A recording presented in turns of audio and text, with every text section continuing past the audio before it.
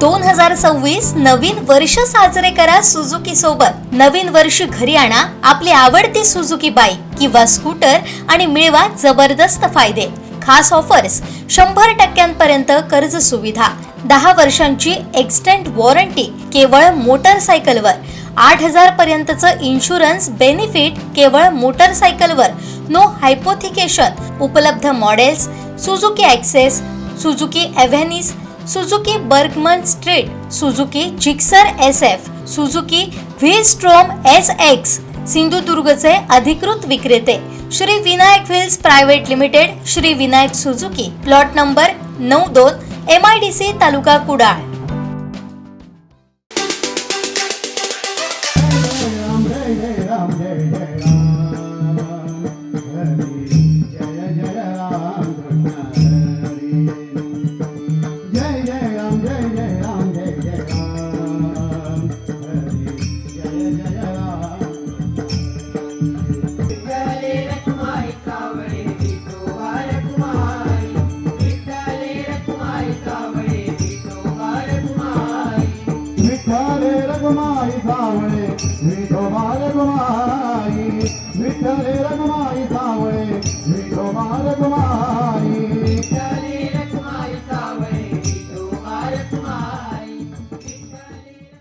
प्रथम राष्ट्र सांगणारे या देशाचे पंतप्रधान आदरणीय नरेंद्र मोदीजी, तुझ साठी जनन ते जनन, तुझ बिन जनन ते मरण, असा प्रखर राष्ट्रवाद सांगणारे स्वातंत्र्यवीर सावरकर, प्रथम ही भारतीय आहे नंतर ही भारतीय आहे असं सांगणारे महामानव डॉक्टर बाबासाहेब आंबेडकर, अशीच सुंदर माता असती तर आम्ही असेच सुंदर झालो असतो, स्त्रियांच्या प्रती आदरयुक्त ठेवणारे गोर गरीब जनतेचे रयतेचे राज्य म्हणून त्यांचा आपण नामोल्लेख करतो असे छत्रपती शिवाजी महाराज, असाध्याचे साध्य करेल तो अभ्यास सांगणारे संत तुकाराम महाराज, विश्वचे गुरु, विश्वचे माझे घर सांगणारे संत ज्ञानेश्वर महाराज, ज्या ज्या महामानवानी, ज्या ज्या महामतांनी, ज्या ज्या साधू संतांनी हा देश घडवला, या देशाला चांगलं संस्कारित केलं, त्यांना मी नतमस्तक होतो।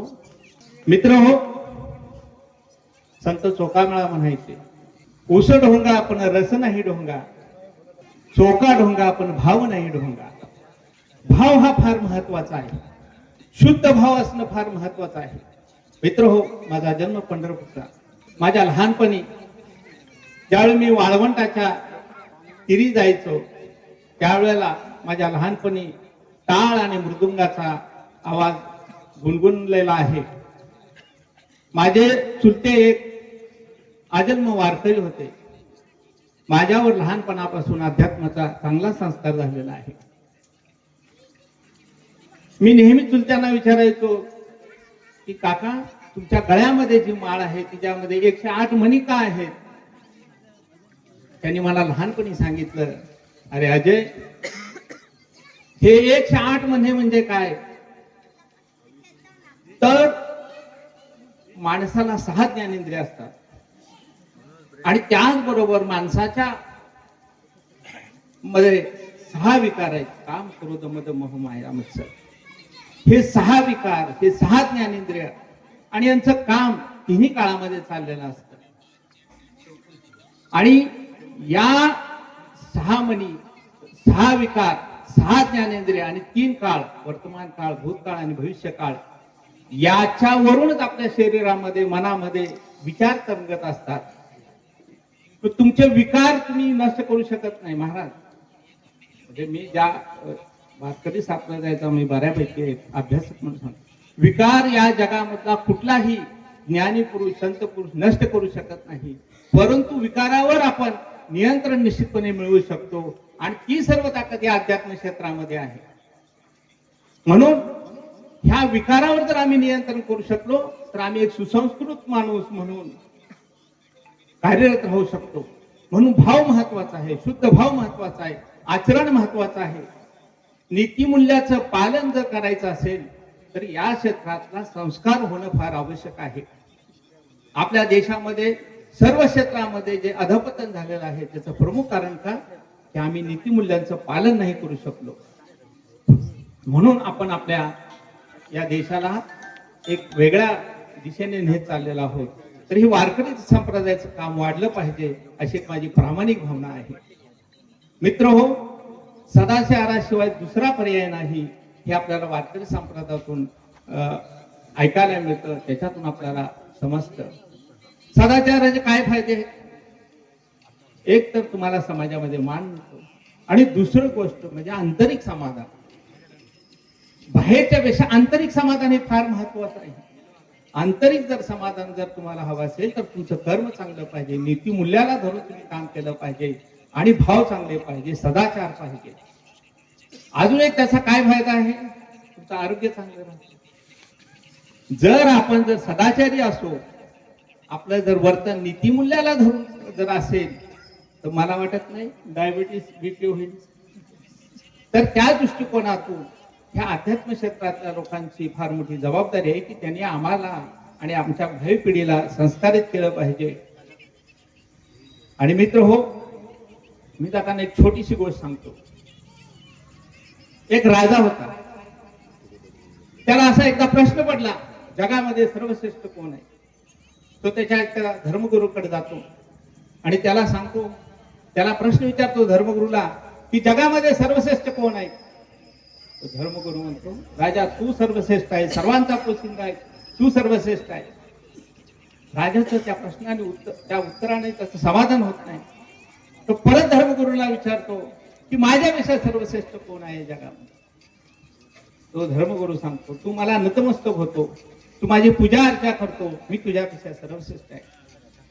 त्याही उत्तराने त्या राजाचं समाधान होत नाही. तो परत एकदा त्या धर्मगुरूला प्रश्न विचारतो, तुमच्यापेक्षा जगामध्ये सर्वश्रेष्ठ कोण आहे? मग तो धर्मगुरू त्या राजाला एका ठिकाणी घेऊन जातो. त्या ठिकाणी काय दृश्य असतं? तर एक जीर्ण झालेला म्हातारा, ज्याचा मृत्यू अत्यंत समीप आलेला आहे, तो आज मरतो का उद्या मरतो अशा स्थितीमधला वृद्ध सदग्रस्त एक रस्त्याच्या कडेला खड्डा खोदत असतो आणि आंब्याचं झाड लावत असतो. आणि मग तो धर्मगुरू त्या राजाला सांगतो, जगामध्ये हे लोक सर्वश्रेष्ठ आहेत की जे माझ्यानंतर सुद्धा येणाऱ्या पिढीला, माझ्यानंतर सुद्धा जे लोक जन्माला येतील त्यांना ह्या आंब्याची सावली मिळावी, मधुर आंबे खाता आले पाहिजे. अशी परोपकारी ज्या लोकांच्या मध्ये भावना आहे ते लोक जगामध्ये सर्वश्रेष्ठ आहेत. सर्व माणसाला सर्वश्रेष्ठ होता येईल. आपल्या देशाला जर खऱ्या अर्थाने बलवान करायचं असेल तर वारकरी संप्रदायाचा वारसा आपण चालवलं पाहिजे. आपण निश्चितपणाने या ठिकाणी ही पंढरी नगरी उभं करून हा वारसा पुढे नेण्याचं काम करत आहात. या ठिकाणी तुम्ही मला बोलवलं, मी तुमचा अत्यंत आभारी आहे. या कार्यक्रमाला या शहराचे कणकवली शहराचे नगराध्यक्ष, नूतन नगराध्यक्ष या ठिकाणी आले, ज्येष्ठ पत्रकार कणबळकर काका आले, कौंडाळकर महाराज आले आणि ज्येष्ठ पत्रकार आपले गणेश जेठी आलेले, सर्व मान्यवर या ठिकाणी आलेले. तुमच्या सगळ्यांचे या ठिकाणी ऋणनिर्देश व्यक्त करतो. आणि ही परंपरा तुम्ही वर्षानुवर्षे चालव. कौंडाळकर महाराजांनी सांगितलं की हा वारकरी संप्रदायाला 2500-3000 वर्षाचा वारसा आहे. तुम्ही आज या 8व्या वर्षामध्ये आहे. मी तुम्हाला पुढील 100 वर्ष, तुम्ही पुढे हजारो वर्ष हा वारसा चालवा अशा हे तुम्हाला शुभेच्छा देतो. सगळ्यांना माहित आहे की मी 100 वर्ष जगणार आहे. मला 100 वर्षापर्यंत तुम्ही निमंत्रित करावं. मी आज कुठल्याही कधी व्यासपीठावर जात नाही निवृत्तीनंतर, परंतु हे धार्मिक कार्यक्रम असल्यामुळे मी इथे आवर्जून आलेला आहे. माणसं घडवण्याचं काम हे लोक तुम्ही करत आहात, म्हणून मी या ठिकाणी आलो आहे. आणि तुम्हाला ह्या सगळ्या कार्याला मी शुभेच्छा देतो. आणि पुढील वर्षी मला प्रमुख पाहुणे म्हणून न बोलवता श्रोता म्हणून बोलवा, मला अधिक बरं राहील. आणि पुन्हा पुढील वर्षाच्या कार्यक्रमासाठी तुम्हाला हार्दिक हार्दिक शुभेच्छा देतो. आणि जाता जाता एकच सांगतो, मनामनातील द्वेष मत्सर घालवूया, प्रेमाचा अंकुर फुलवूया, गोरगरिबांची सेवा करूया, महिलांचा सन्मान करूया, वृद्धांचा सन्मान करूया, आपला भारत समृद्ध बनवूया, आपला भारत समृद्ध बनवूया. जय हिंद, जय महाराष्ट्र.